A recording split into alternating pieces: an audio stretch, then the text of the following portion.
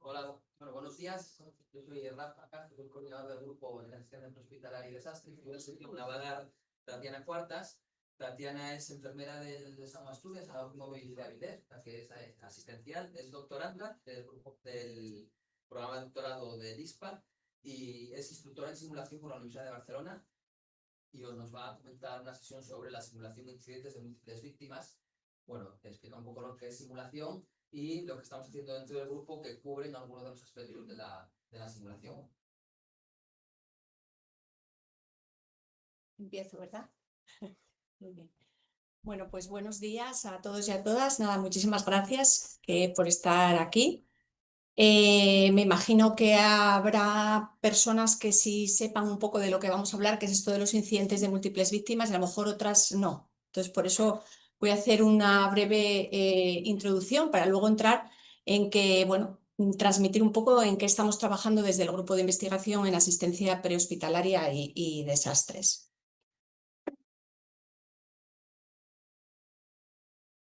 Ahí. Bueno, perdón un poco por la calidad de una de las fotografías, son fotografías de prensa que se han compartido, no son fotografías internas, ¿no?, que hayamos tomado el servicio de emergencias. Yo trabajo en el SAMU Asturias, me imagino que todos sabéis, ¿no?, que es el servicio de emergencias extrahospitalaria de nuestra comunidad. Y os pongo aquí algunos ejemplos de parte de nuestro trabajo. Está claro que estos tipos de incidentes en el que hay múltiples víctimas no son nuestro día a día. Normalmente nosotros nos dedicamos solo a una víctima, a un paciente, ¿no? Cuando vamos a una persona que tiene un dolor torácico o cuando vamos a una persona con un ictus, ¿no? Pero también parte de nuestro trabajo es el abordar circunstancias más excepcionales, pero que se dan. Aquí tenéis ejemplos de algunos que se han dado en nuestra comunidad autónoma, en el que se producen varias víctimas a la vez, y esto supone un reto muy, muy importante para los servicios de emergencias, ¿no? Os pongo aquí el ejemplo del accidente de autobús en los lados de Covadonga, que seguro que, ¿no?, que os sonará. Y os pongo también un ejemplo de un incidente grave que ocurrió en la zona occidental de Asturias con una nave ganadera en la que se hundió todo el techo de la nave, con varios heridos, en un primer momento desaparecidos y sin saber muy bien cuántas víctimas reales había, ¿no? A ver si...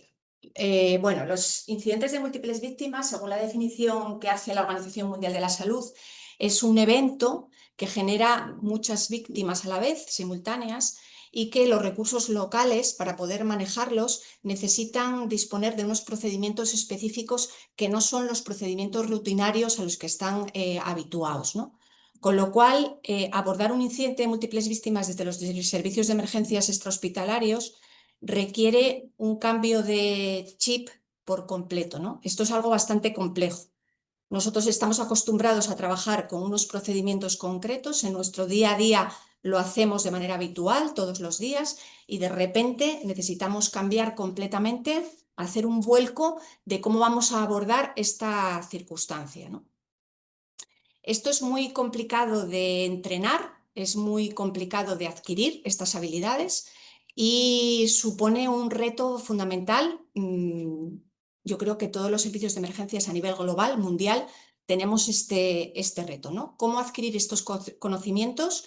Porque nuestra casuística en estos incidentes de múltiples víctimas es muy pequeña. Entonces, no tenemos, ¿no?, una realidad en nuestro día a día donde podamos vernos, ¿no?, en esta circunstancia.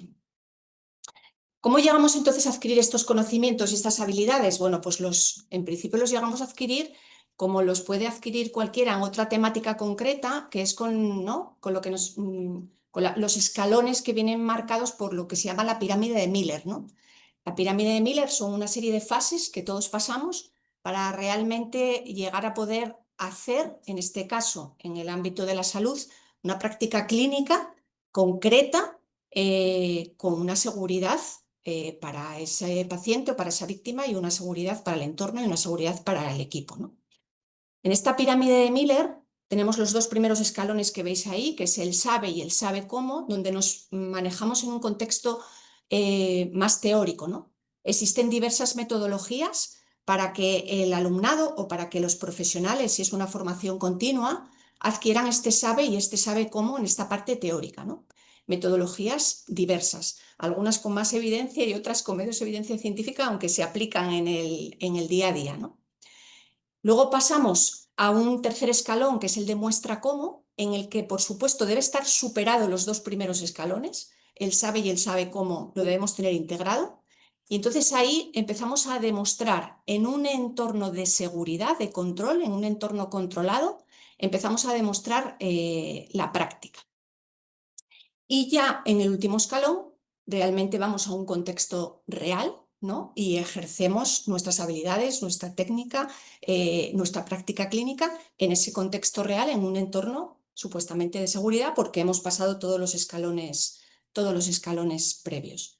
No sé si en vuestra formación o en la práctica que vosotros, si sois asistenciales, tenéis cubiertos todos estos escalones. Yo hay algunas cosas en las que creo que no, ¿eh?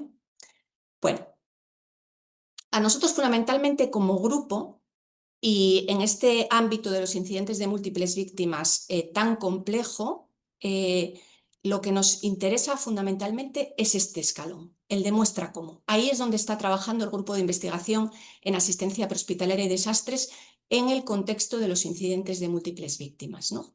Nos interesa fundamentalmente el intentar, el averiguar, el compartir sistemas que nos permitan demostrar cómo, ¿no? En este ámbito de los incidentes de múltiples víctimas. Bueno, en este ámbito, la metodología fundamental que más evidencia científica tiene para poder ser llevado a cabo en este escalón, en este tercer escalón, es lo que llamamos la simulación clínica, ¿no? Metodologías de simulación. La simulación clínica muchas veces se confunde y se piensa que es utilizar un simulador, ¿vale? Y eso no es simulación clínica. La simulación clínica es una metodología educativa que pivota fundamentalmente en dos partes. Por un lado, en que se hace una práctica concreta, una práctica que puede ser de habilidades, una práctica que me interesa respecto, por ejemplo, a cómo se hace un trabajo en equipo.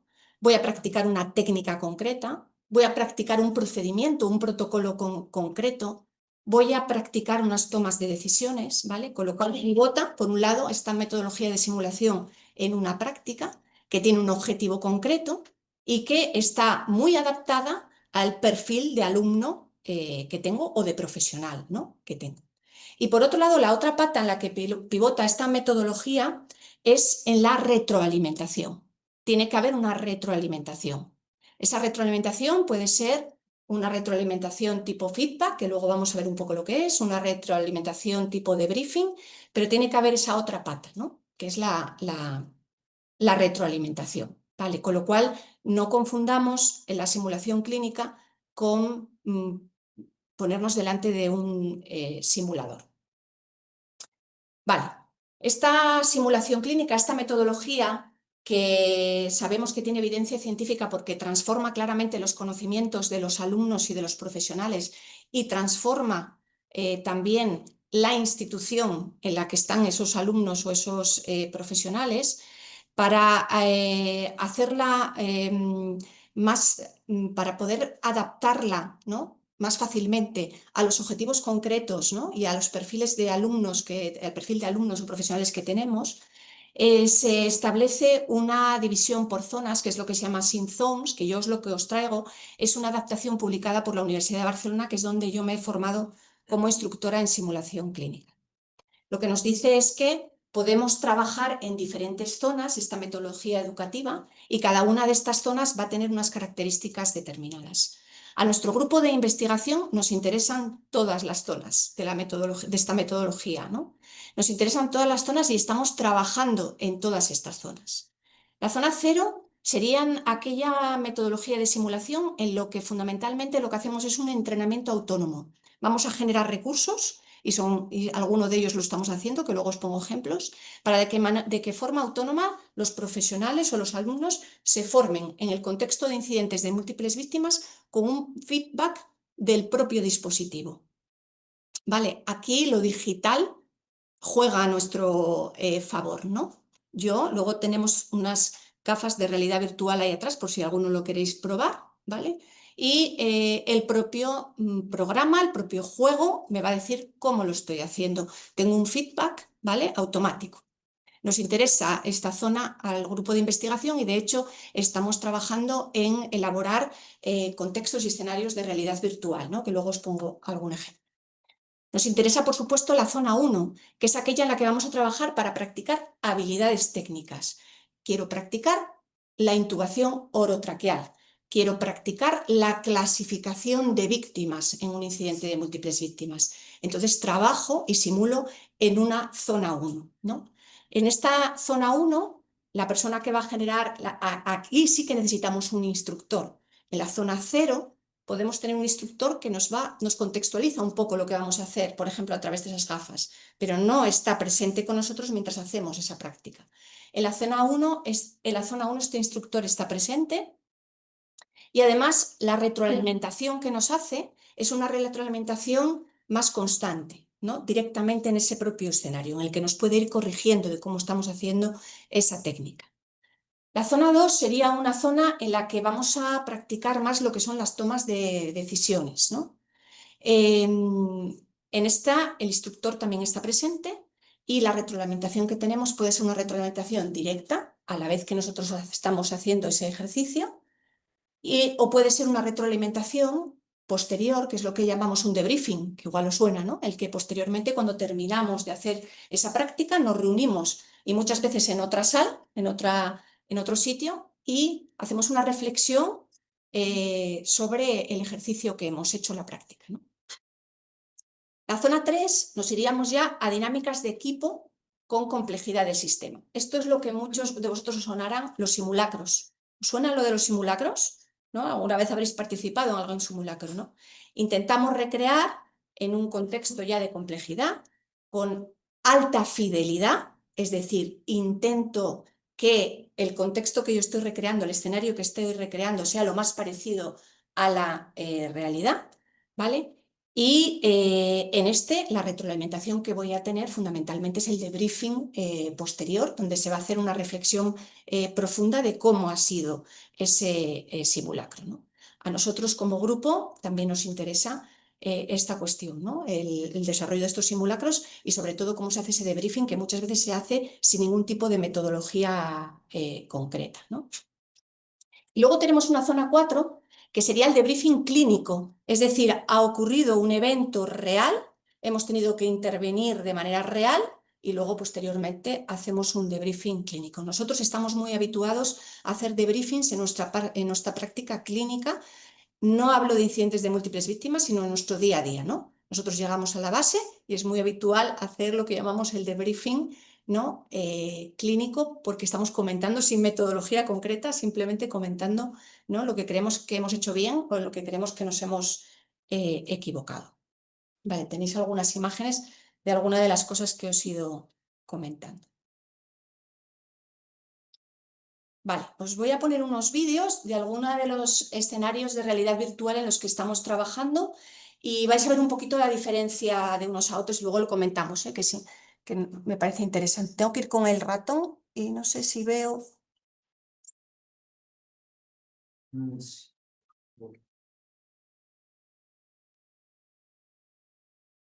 Ahí.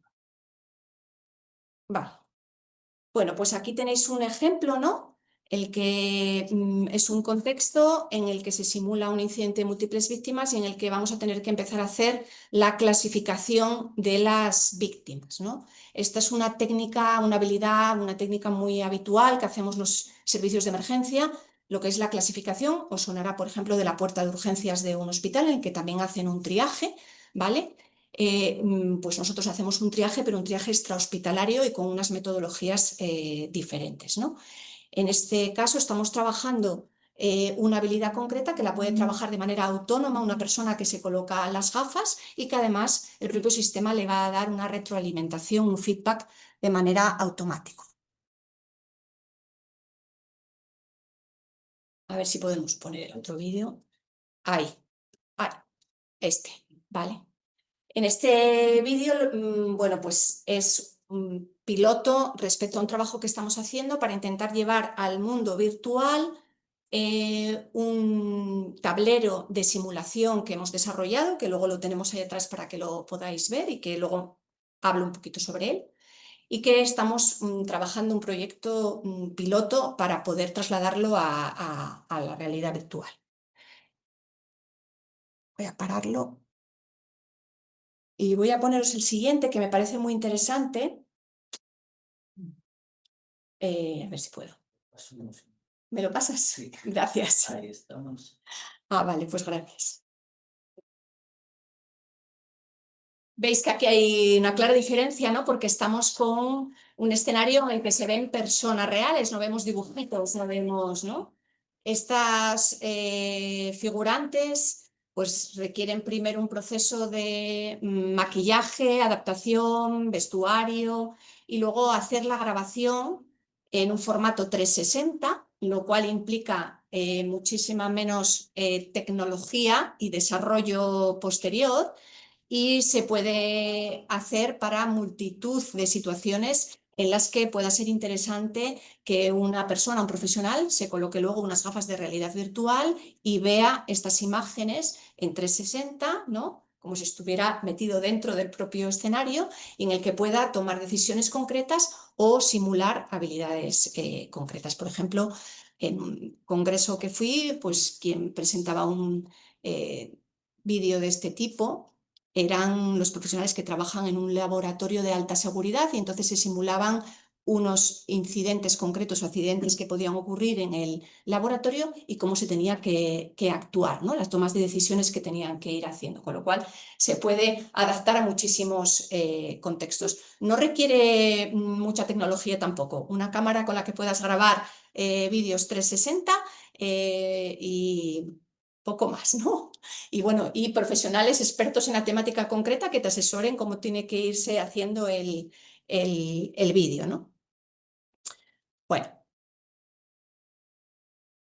aquí os pongo también algunos ejemplos de lo que son los simulacros, ¿no? Habíamos visto que estábamos hablando de esa zona 3, ¿no? En la que se requiere ya unos escenarios que sean con una alta fidelidad. Desarrollar esto es muy complejo, llevar a cabo estos simulacros es muy complejo, y a veces los objetivos que te marcas en estos simulacros de formación, me refiero, objetivos de formación, son muy difíciles de conseguir, ¿no? El esfuerzo es enorme, perdón, y la rentabilidad a veces que sacas es pequeña.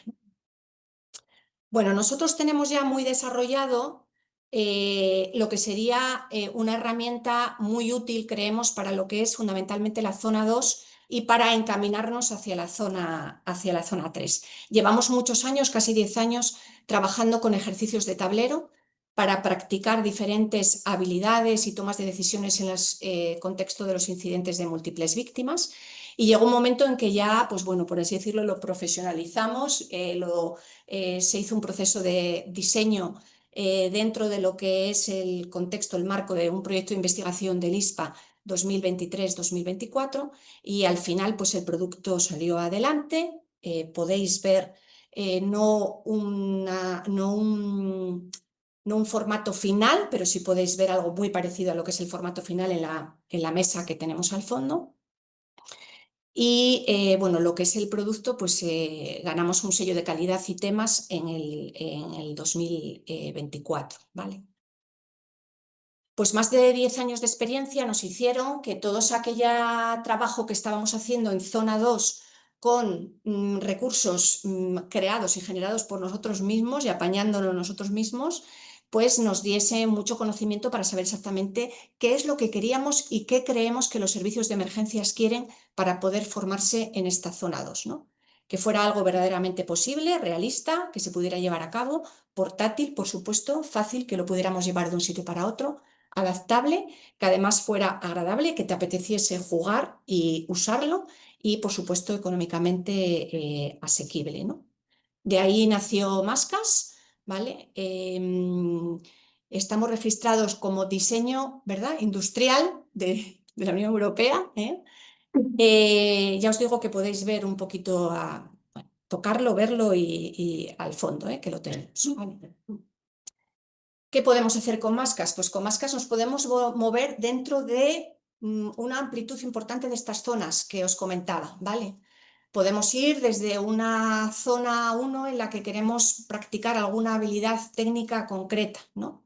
Quiero practicar concretamente dónde se deben colocar los vehículos, las ambulancias en un incidente de múltiples víctimas, que es uno de los puntos clave para que tenga éxito el abordaje de ese incidente. Vale, pues entonces vamos a practicar exactamente esto. Esto requiere una metodología concreta, requiere una preparación concreta, requiere una facilitación concreta, requiere una retroalimentación concreta, que puede ser un feedback, nada más, que con una metodología determinada, y ahí estamos manejándonos, ¿vale?, en una zona de simulación que no nos exige una alta fidelidad. No confundamos la alta fidelidad de la simulación con el realismo.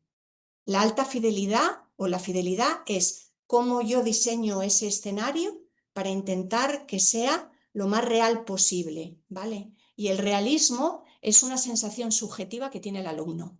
Yo puedo haberme trabajado muchísimo un escenario de alta fidelidad y el alumno no meterse en ese escenario y para él no ser realista ese escenario, ¿vale? Bueno, os he traído varias imágenes, ¿vale? Aquí veis cómo trabajamos la clasificación de víctimas, el triaje directamente sobre el tablero, ¿vale? También nos lo aporta Mascas, esa herramienta. Cómo podemos trabajar lo que son las habilidades de tomas de decisiones, ¿vale? Cómo podemos trabajar procedimientos concretos, por ejemplo, en el SAMU, con profesionales del SAMU, lo que trabajamos es el procedimiento específico del SAMU. Alguien de Extremadura trabajará el procedimiento específico de su comunidad, ¿vale? Bueno, podemos simular que tenemos también intervención de bomberos, que tenemos intervención de policía. Podemos también simular que hay derrames de sustancias tóxicas, que no los hay, que tenemos un incidente de múltiples víctimas en un contexto terrorista, lo cual exige trabajar de una manera completamente diferente, así no hay ese riesgo terrorista, etcétera, ¿vale? Bueno.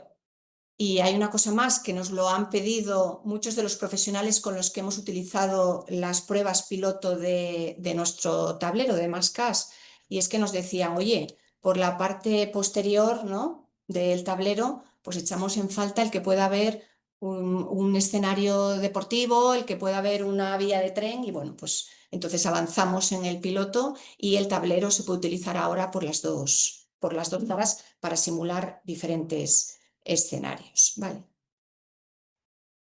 Desde el grupo de investigación hemos trabajado y hemos formado con Mascas a diferentes perfiles de alumnos y a diferentes perfiles de profesionales, desde profesionales de atención primaria, de las emergencias, pediatras. También hemos formado apoyándonos en lo que es lo digital, en la realidad virtual, y también hemos formado apoyándonos en lo que son los simulacros. Es decir, somos un grupo de investigación que tenemos experiencia en la simulación en cada una de estas zonas que os acabo de comentar. Y lo hemos vivido en nuestras propias carnes, y ya termino con esto, lo que dice Robert Simon, que es un pope de la simulación, ¿no?, director del Centro de Simulación en Harvard, que dice que la simulación en sí no solamente es formar a estas personas concretas que están simulando, no solamente es un evento, no solamente es intentar llevar una representación de un evento real para practicar, para aprender, ¿no?, para testar, sino que además nos sirve para educar, para evaluar y para investigar. De hecho, estamos haciendo mucha investigación con todas las metodologías de simulación que estamos llevando a cabo en las diferentes zonas. Pues nada, muchísimas gracias.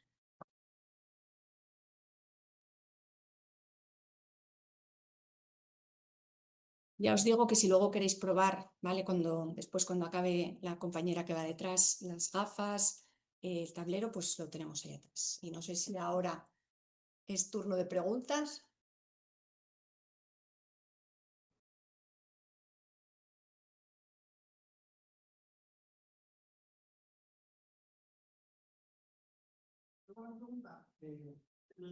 el juego de tablero este lo tenéis pensado como para vender Sí, comercial o sí. para más formación. Sí, va a estar disponible para que lo pueda comprar quien quiera. Sí, Tiene sí. un objetivo, entiendo. Sí, tiene unos objetivos, tiene, por así decirlo, unas instrucciones que van acompañando, unas sugerencias de cómo utilizarlo según los objetivos que quieras, pero bueno, sí que es verdad que es muy versátil, ¿no? Y entonces sí que tiene cada vez, de hecho cada vez nos damos cuenta a medida que lo estamos utilizando, ¿no? Y que hemos hecho formaciones utilizando pues lo que es los tableros piloto, por así decirlo, que tenemos, nos damos cuenta de la versatilidad que tiene, ¿no? Dentro de todo este contexto de simulación que os comentaba, ¿no? Y dentro de estas zonas, ¿no? Es verdad que cuanta más formación tenga, por así decirlo, en simulación, alguno de los instructores, facilitadores, ¿no? Que se ponga enfrente al tablero, por así decirlo, pues más provecho va a poder sacar, ¿no? Dependiendo de los objetivos, pero tiene mucha versatilidad para poder utilizarlo en diferentes cuestiones. Pero sí va a estar al alcance para que lo pueda comprar quien quiera. Era democratizar la simulación, va a pedir dispositivos de muchos miles de euros y después por muy pocos cientos, cualquier persona a nivel internacional, bueno, pues podrá hacer esta formación. Bueno, por primera vez de la OMS estuvieron hace un año viéndolo, porque es muy interesante porque se puede transportar en una maleta de viaje de avión, y por lo tanto sería muy útil para formar en diferentes en zonas remotas o de bajos recursos. Y ahora lo que estamos haciendo en el grupo es, junto con el grupo de nuevas tecnologías de la OCAM, que ellos están expertos en realidad virtual, estamos mirando de las dos herramientas de simulación, qué es lo que tú puedes obtener que proporcionas a los alumnos. Es decir, la realidad virtual proporciona unas cosas, que no la proporciona el tablero, y el tablero proporciona otras cosas, que no la proporciona la realidad virtual. Entonces, como la combinación de dos herramientas de simulación distintas en distintos niveles, pues es un valor añadido, claro. Sí, hemos hecho alguna formación utilizando realidad virtual, utilizando el tablero para ir a objetivos diferentes y la verdad que los resultados en ese sentido nos han parecido bastante buenos, ¿no? ¿Y sabes por qué utilizar la realidad aumentada? Sí, mira, el problema de la realidad virtual. Sí. Sí. De hecho, nos hemos planteado, no le doy tiempo a ponerlo, bueno, pues será muy largo, pero el propio tablero, de manera que personas en distintos lugares sobre una mesa blanca puedan jugar con el tablero. Entonces, con la cámara virtual y sobre una mesa blanca en España, en Francia y en Estados Unidos, jugarían al tablero que estaría virtualizado. Eso que desde el punto de vista de la idea es muy fácil. Aspectos como que tú coges el muñeco, lo llevas y lo pones en otro lado, pues realmente fue muy difícil conseguir que el muñeco no cayese hasta el infinito, sino que se quedase en la mesa. Es que es complejo. Y luego, si luego tienes la idea de la realidad virtual, es una herramienta que necesita una formación previa. O sea, tú el tablero llegas y nuestra experiencia nos dice que a cualquier sitio, sin wifi, sin electricidad y sin conocimiento previo absolutamente nada, lo utilizas. La realidad virtual no. Necesitas un conocimiento previo de la herramienta. Eso te lo dificulta. Necesitas una red muy potente que te permita conectar 10 dispositivos a la vez. Bueno, pero sí, eso que dices, hay algún prototipo ya, pero es difícil. Sí. Tenemos experiencia junto con la UCAM, con otro grupo de investigación con el que colaboramos en lo que os digo de la grabación de vídeos 360 y la verdad es que, por así decirlo, tecnológicamente enseguida avanzas o sea, quiero decir, te supone una herramienta muy rápida, te haces con ella de manera muy rápida el poder hacer esas grabaciones de vídeos 360 y luego el potencial que tiene es muy alto.